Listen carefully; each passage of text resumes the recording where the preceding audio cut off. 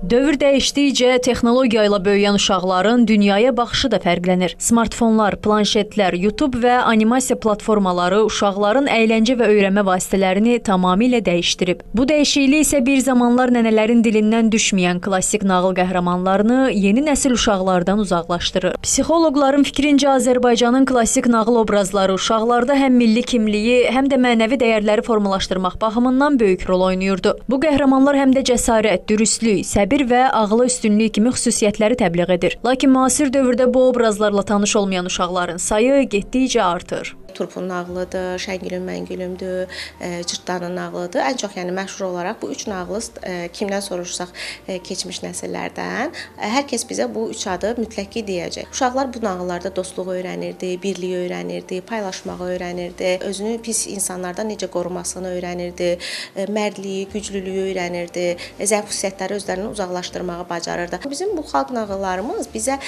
psixoloji olaraq mənfi deyil də müsbət yönündə inkişaf elətdirməyimizə təsir göstərirdi. Səbəb nə idi? Biz orada yaxşı obrazları görüb o obrazlara bənzəmək istəyirdik. Qətibə Abdullayevanın sözlərinə görə bütün nağıllarda və ya cizgi filmlərində yaxşı və pis obrazlar mövcuddur. Ancaq ənənəvi nağıllar uşaqlara yaxşı və pisi aydın şəkildə ayırd etməyi aşılayırdı. Hal-hazırki dövrdə isə daha çox demək olar ki, heç nağıllara baxan və yaxud da ki, nağılları dinləyən uşaqlar yoxdur. Çünki valideynlər onlara hər hansı bir nağıllar oxumurlar. Artıq uşaqlar çox sosiallaşmadığı üçün də və yaxud da ki, bağçaya falan getmədikləri üçün ailə evinin içərisində daha rahat şəraitdə yaşadır deyə düşünür. Ekran qarşısında uşaqları saxlayır və baxdıqları cizgi filmə çox diqqət eləməyə də bilirlər. Qarışıq dildə ola bilir və yaxud da ki, daha döyüşkən, vuruşqan obrazlar ola bilir və oradakı obrazların hələ də real olduğunu qəbul edən uşaqlar var və özünküləşdirirlər. Təəssüf ki, klassik nağıllar bugün daha çox kitab rəflərində tozlanır. Halbuki onlar uşaqların dil bacarıqlarını, təxəyyülünü və sosial düşüncələrini inkişaf etdirməkdə əvəzsiz rol oynayır. Mütəxəssislər düşünürlər ki, klassik nağıl qəhrəmanlarını uşaqlara müasir tərzdə tanıtmaq lazımdır. Məsələn, Cırtdanı bir mobil oyun qəhrəmanı kimi təqdim etmək ya da animasiyalarla bu obrazları yenidən dirçəltmək faydalı üsul ola bilər.